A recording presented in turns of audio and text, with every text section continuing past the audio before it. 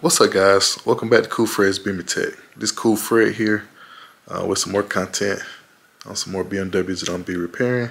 For you guys who are new to the channel, Cool Fred's Beamer Tech is a video vlog series about just me talking about BMWs in general, me repairing the vehicles, some of the technology. It could be a variety of stuff, but mostly it's just me doing vehicle repairs and talking about some of the problems that you may have with them and things like that. So for you guys who have been liking the videos and subscribing to the channel, special shout out to all my subscribers. This channel is basically, about BMWs in general. From time to time, it may be some other German vehicles on the channel if it's something that I can tackle. But generally, all the stuff here I talk about on Cool Fred's Beamer Tech is from a technician's perspective, but some things may be common issues. So I want to wish you guys a happy new year. Hope everybody's 2024 is getting off to a good start. And shortly, I'm gonna show you guys the first BMW that we're gonna be repairing this year on Cool Fred's Beamer Tech. So just stay tuned. All right, so that's it right there. So that right there is a 2019 BMW X3.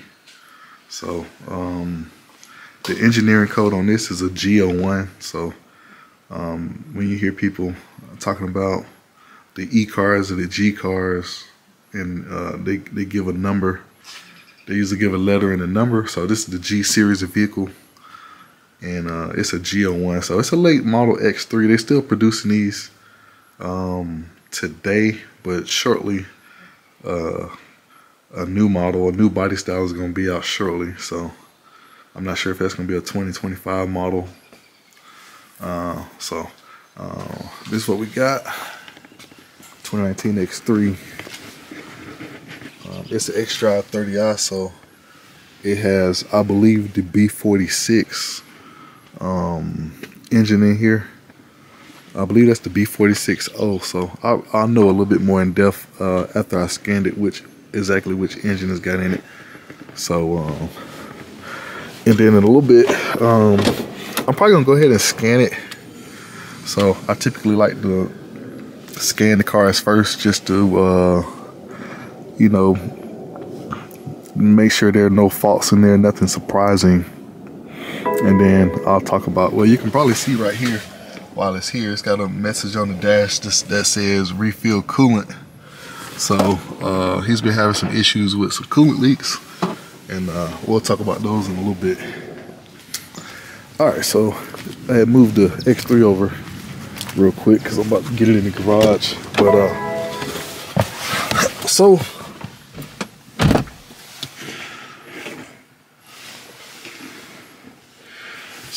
the customer who owned this vehicle, he's coming to see me because of the coolant leaks.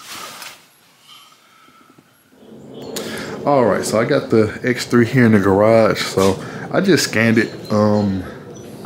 So this is, I know I told you guys that this is a 2019, but it's actually a 2017. But a lot of these are pretty much the same. Just looking at this side of the vehicle over here, it looks like it's been a little bit of a fender bender or a side swipe since the last time I worked on it. So I basically met this guy right here through a mutual friend, and I did brakes on it maybe a couple months back. And so I did know about some of the issues that's going on with the coolant leaks prior to, but looks like they've gotten worse. So I'm gonna go ahead and throw my light on here and show you guys what's leaking. So this is 2017 X3 with the B46. It has like 83,000 miles on it. and it's pretty much got the common leaks or a couple of common issues that you will see from time to time on these engines. All right, so I went on and moved a few parts out of the way here, so I can show you guys what's going on. So I do got it pressure tested, and this over here, what you're kind of hearing, it sounds like it's something seeping over here. So it sounds like that it's a leak coming from the expansion tank. So this right here, I want to say is a new leak, because like I said, I checked this thing out a couple months ago, and my client, you know, he wanted to have he had a few things come up. He was in between you know, relocating to this city for a job and things. So of course he had some things financially to work out. But when I first inspected it, the expansion tank wasn't leaking. And you kind of tell it's got signs around here that the expansion tank is leaking. But what's been going on with this thing is, I'm just letting the pressure off. But the water pump, it's probably a little tricky to see from this angle right here. But the water pump was like the first major leak that I saw. You can probably see around that weep hole on the water pump, like it's got like a lot of little coolant crust, and then it's got that variable control valve, that little plastic piece you see. It's a little tricky to see, but because it's just down in there. But where that hole was, like last time I looked at it, it was all green around that hole right there. So the water pump has had a slow leak for quite some time. And another issue that got worse is this turbo coolant line right here. So this turbo coolant return hose. So this goes from the turbocharger down over here. You got a supply and a return hose, and then it goes around here and goes right here to this coolant pump. So a lot of times what happens is this thing right here, they'll start kind of leaking and it'll turn brown. Typically when you see brown plastic, that means that the plastic got hot, or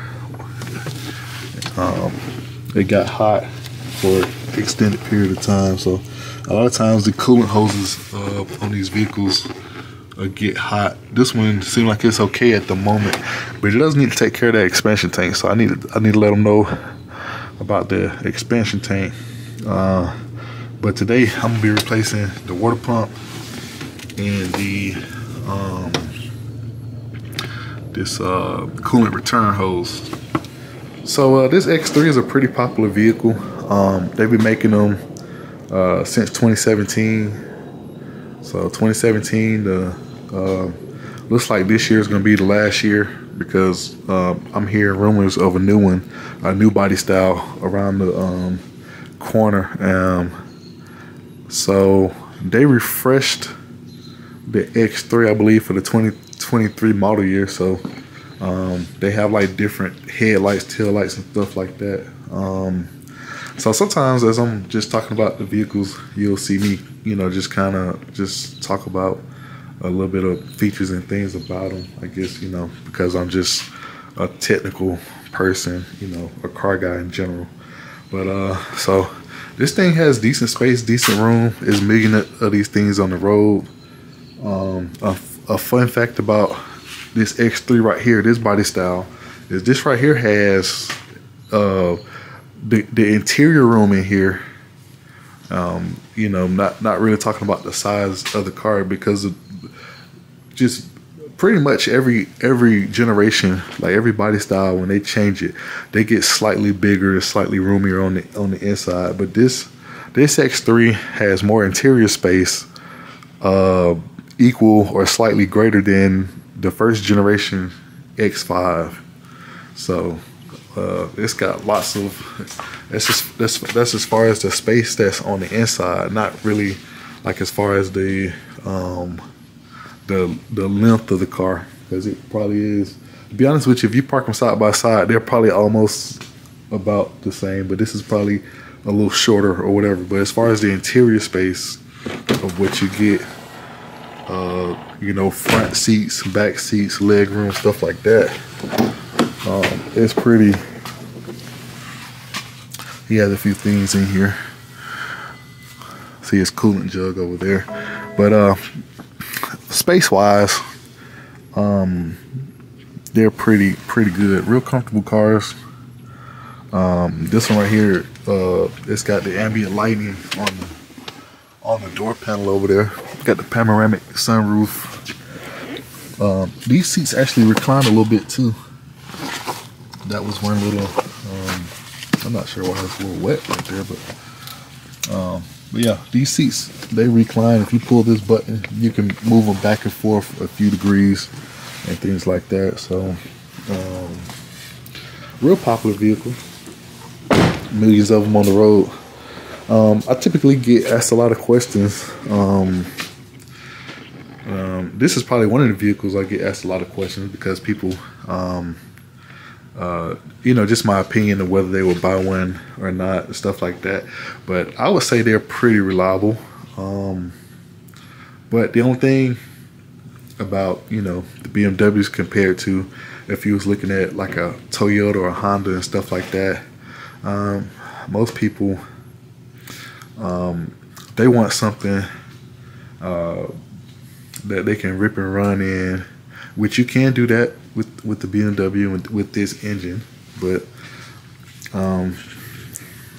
what I mean by that, you know, they basically want to hop in it, drive it with limited maintenance or limited repairs and stuff like that, which you can possibly do to a lot of modern Toyotas and Hondas and things like that. But when it comes to BMW, you have the performance part of it that's a little bit better because these engines make a little bit more horsepower, more torque.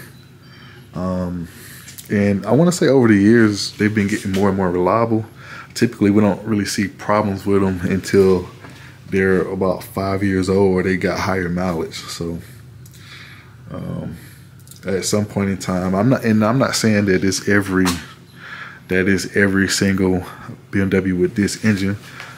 Right now, to me, it's still a low percentage, but we still do see it is pretty common, especially these two leaks, the turbo coolant line, the water pump. Those are pretty common leaks. But a lot of people, a lot of consumers, especially like if it's their first time owning a BMW, or you know, people who have owned several BMWs, they're kind of used to the, you know, that, you know, it's a performance vehicle and you have to properly maintain it. And what I mean by properly maintaining it is basically like when you first start to find out about things, because typically when you take this to your dealership or your local repair shop that specializes in these vehicles, like when they do your oil change or general inspection, when they see these things like the water pump and that turbo coolant line, they're gonna, you know, let you know about those things and see if you want to get those repaired.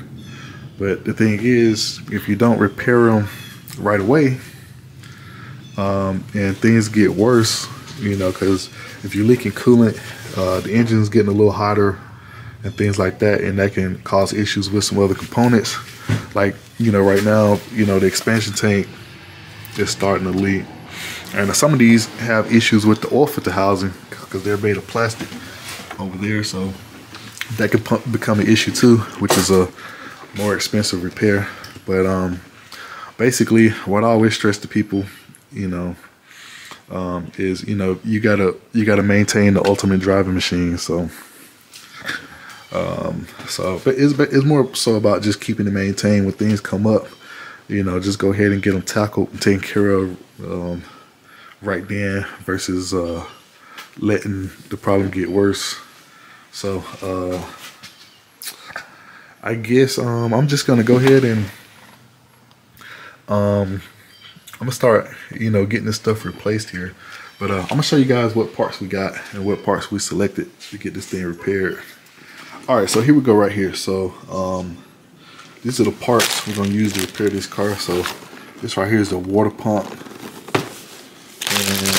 this right here is the turbo coolant return hose. So if you guys want to see the part numbers, that's the part number for the water pump. So this is actually a kit, so I'm gonna show you guys what's in this box a little bit. Right here is the turbo coolant line. That's the part number for that. So if you guys are new to the channel, I like to kind of show what parts I'm using, and sometimes I go into why I chose those parts and things like that. But this right here is a late model BMW 2017. So factory parts is always pretty much the first choice. But in some of the older vehicles that I worked on, it just don't make sense to go to the dealership and get you know, just the pay the you know, the premium price for the dealership branded part, if there are some other OE manufacturer parts options. So a lot of times, you know, on some of the older stuff, just to keep things within a certain budget, we may choose to go and in a lot of cases, it's the same manufacturer who makes the parts for BMW. It's just a manufacturer branded part versus a part in the BMW box. But then some stuff is by another, they may make other things for BMW, but it's just they may not make that specific part for BMW, but they make other things, but they also make other stuff for the car, and they have like a different line of parts that they carry. All right, so we got the factory parts for this thing. Got two O-rings. I really only needed one, but they probably wasn't sure, but they don't really cost a whole lot. So what the O-ring is for the coolant line, because I got to take the supply line loose from the turbocharger in order to put this line on. So this line right here comes with a new O-ring. I guess you can see it through the plastic bag. I guess I go and take this thing out to see, so y'all can see what it looks like. But another, and I guess these parts, I looked at the price on them, because basically what I did, I just told the client pretty much what he needed. Like, hey, to get the water pump kit, and I gave him the part numbers, and he went to his local dealership and he purchased the parts.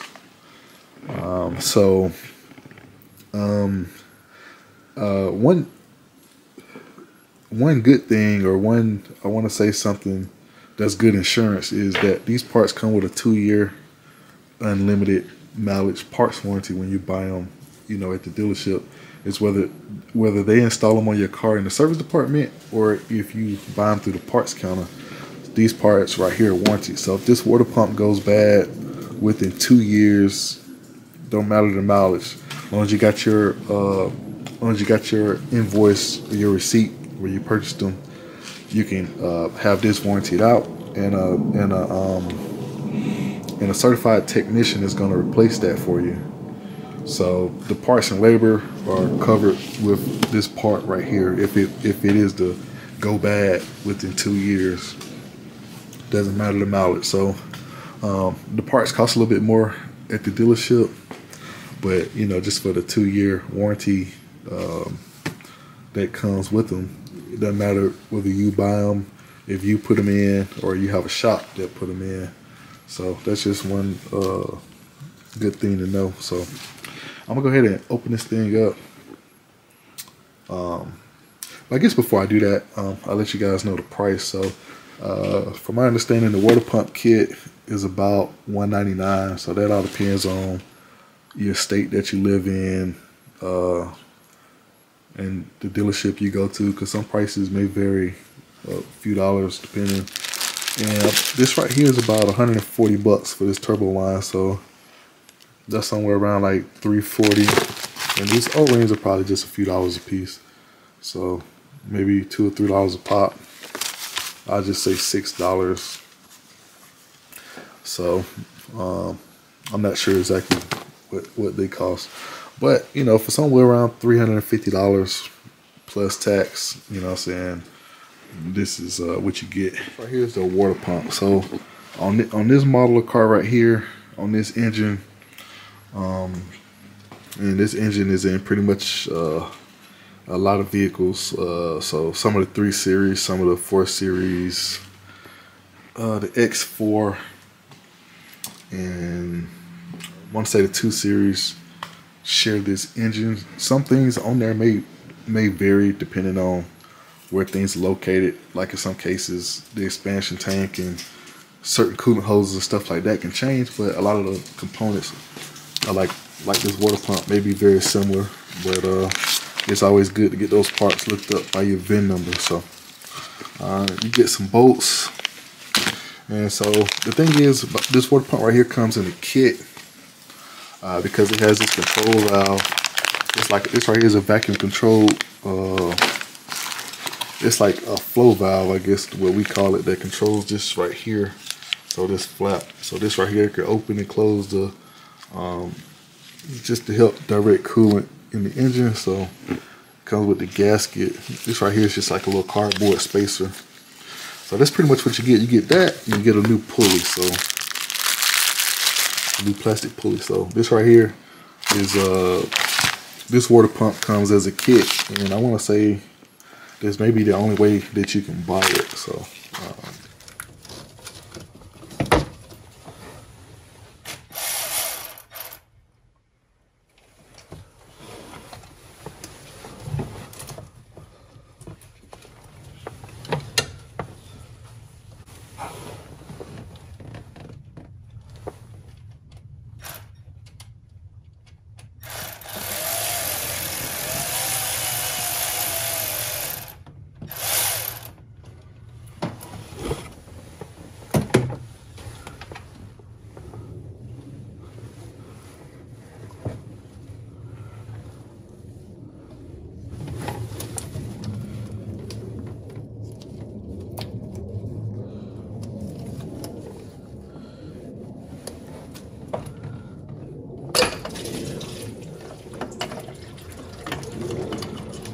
all right, that's him right there.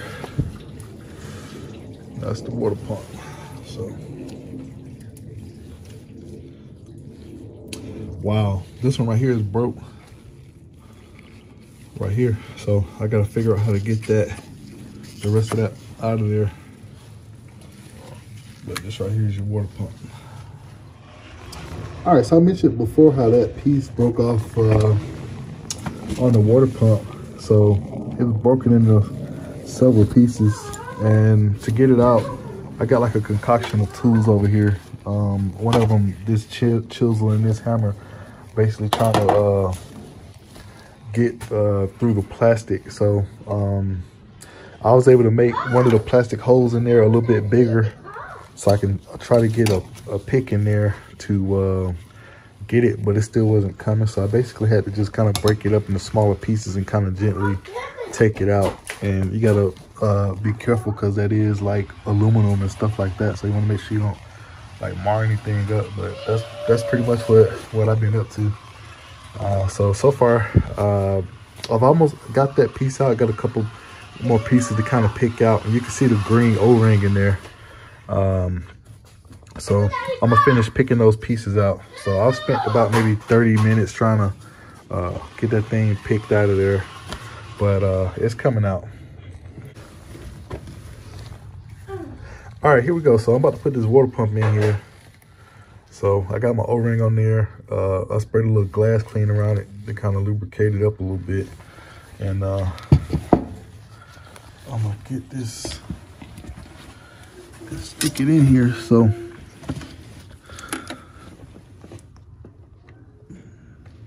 I want to say that there's one dowel pin on there to kind of help locate it on the back side of it. So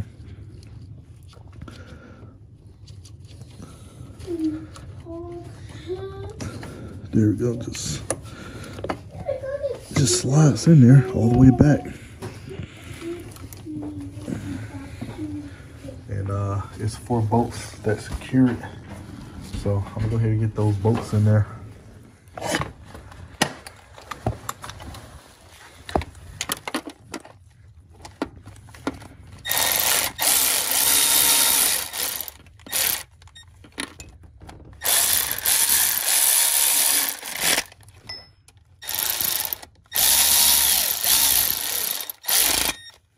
Alright, so before I get too carried away, there is a vacuum line down here. It's red. So I gotta connect that vacuum line to the actuator for the water pump.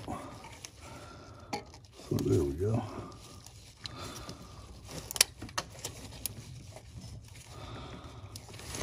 So I got that connected, and now I'm ready to put on the water pump pulley. So the 4 bolts that come in there is for the pulley, and one of them attaches the vacuum actuator to the bottom of the water pump. So this little device right here, one of the 4 bolts that come in the package, will attach that on there. So I'll put the new pulley on and get the belt on, and we'll be almost in business.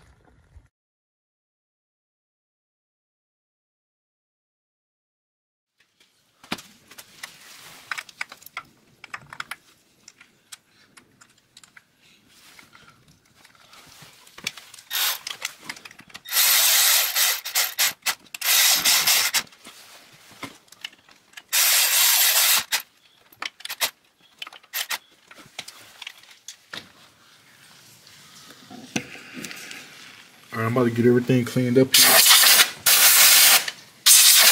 Well, basically, I sprayed a little brake clean down there because it had like a little bit of coolant residue, oil residue that was just kind of down in this area. And just got my air blower out. Just getting this cleaned up before I pop the belt on.